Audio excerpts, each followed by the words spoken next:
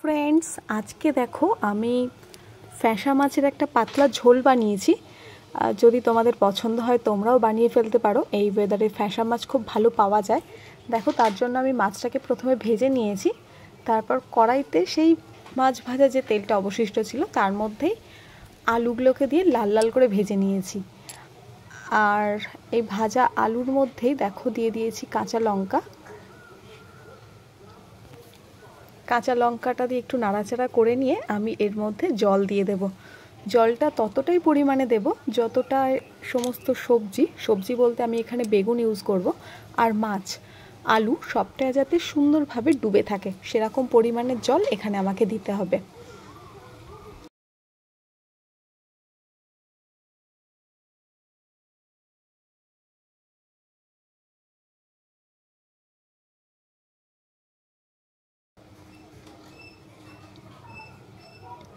এই পর্যায়ে আমি দিয়ে দেব হলুদ আমি আগে ইউজ করিনি। জলটা যতক্ষণে গরম হয়ে যাবে তারপর আমি হলুদটা দেব। জলটা পুরোপুরি ফুটে উঠবে যখন, তখন আমি দিয়ে দেব কেটে রাখা বেগুনগুলোকে।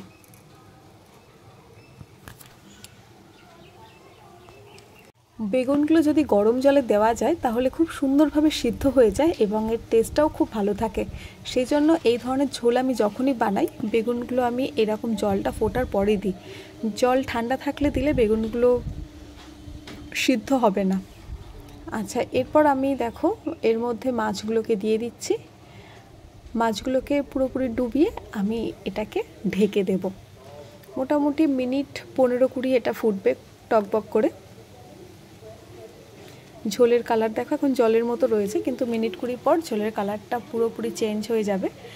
হলুদটা পরে দেওয়ার জন্য ঝোলের কালারটা এমন লাগছে, কিন্তু এরপরে ম্যাজিক দেখো,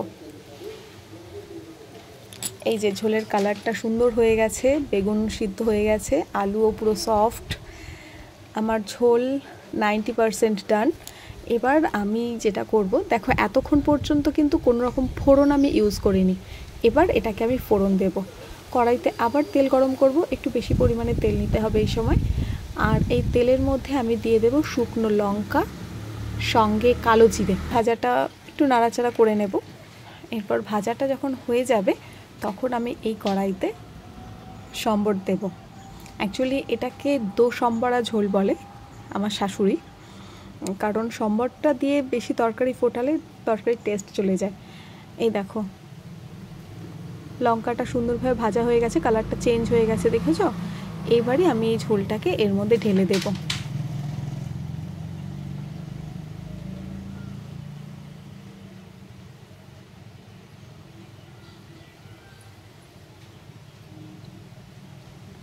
এরপর আর বেশিক্ষণ না, আমি মিনিট 3-4 আমি ঝোলটা ফোটাবো। আর এই যে লঙ্কাগুলো আছে না, লঙ্কাগুলো আমি একটু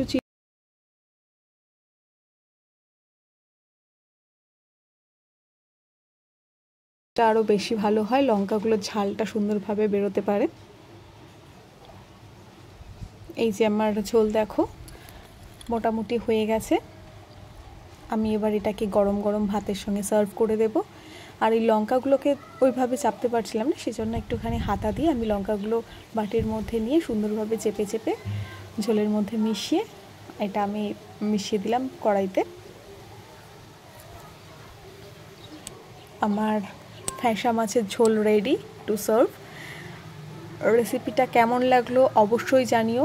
যদি ভালো লাগে তাহলে আমাকে লাইক, কমেন্ট আর শেয়ার করতে ভুলো না। আর এই ধরনের রেসিপি আরও পাওয়ার জন্য অবশ্যই সাবস্ক্রাইব করো।